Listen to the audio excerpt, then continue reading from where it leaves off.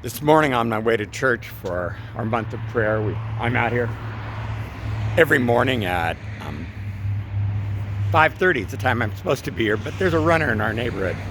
She's been running for as long as I remember. You can hear the cars going by out here. Arlington's a very busy street that we're on, so even at 6:30 in the morning, there are cars going by. But she's out there every single morning at 5 a.m. I've lived in our neighborhood for 28 years now. And for somewhere in that range, probably at least 20 of them, she's been running out there in that same exact range. Now, when I was a 5 a.m. runner, I would see her. It was not uncommon for us to cross paths. She's not a chatty gal. She doesn't talk to me. She's probably 10 years younger than me at least. We would pass each other. I would say good morning. She would ignore me.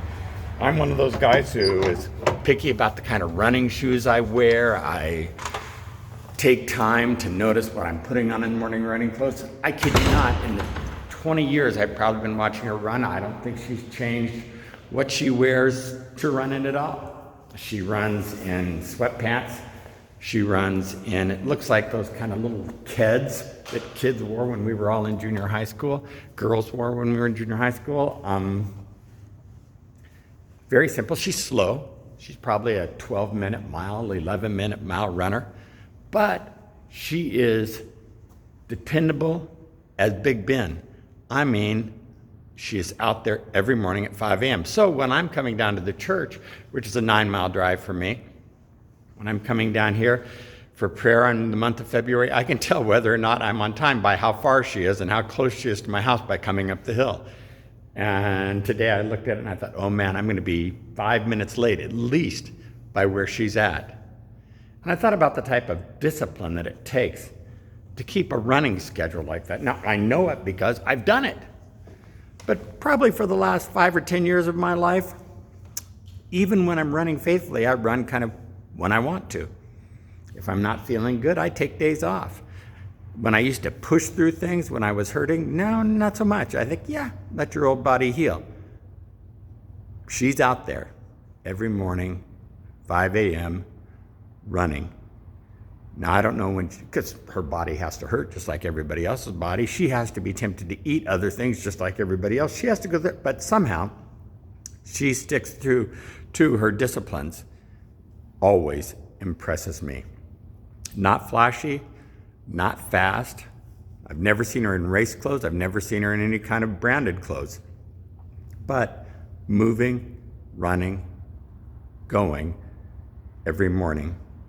Deuteronomy, the 6th chapter, really famous Deuteronomy 6:4. If you were to read one verse in the Bible that you really wanted to stick with, a couple verses you might want to do Deuteronomy 6:4, 5, and 6, and John 3:16. You could pretty much, and John 3:17, really important as well. That kind of encapsulate both the Old Testament and the New Testament together in what Martin Luther famously called the gospel in a nutshell about John 3:16, and Deuteronomy 4, 5, and 6 you'd call the Shema, which is, hear, O Israel, the Lord our God is one. But before that, right up in the first verse of the 6th chapter, it says, when you enter into that land that God is giving you, these are the commands, the laws, and the decrees that you are to be obedient to. And I thought about how we all need commands, laws, and decrees in each part of our life, because if we don't set them down, now these days we would call them disciplines. We would say we need these disciplines for us to stay healthy, to stay strong, to get up and get running every morning at 5 o'clock. In the Bible, they were called commands, laws, and decrees. But for each of us, if we're to be successful with our family, successful in our relationships, successful at our jobs, successful at work, successful with God, successful in our personal health, we need commands, laws, and decrees, disciplines. And this is what happens when we begin to live by those commands, laws, and decrees. Other people can set their clock by our faithfulness or not. Can other people look at you the way I can look at my neighbor at 5 o'clock in the morning where she's out on her run and say, wow, so dependable. Whether I'm here or not, whether I'm sleeping through, whether I'm having a cup of coffee, whether I'm in home reading, While she's out there, and she's doing it because there she is right now.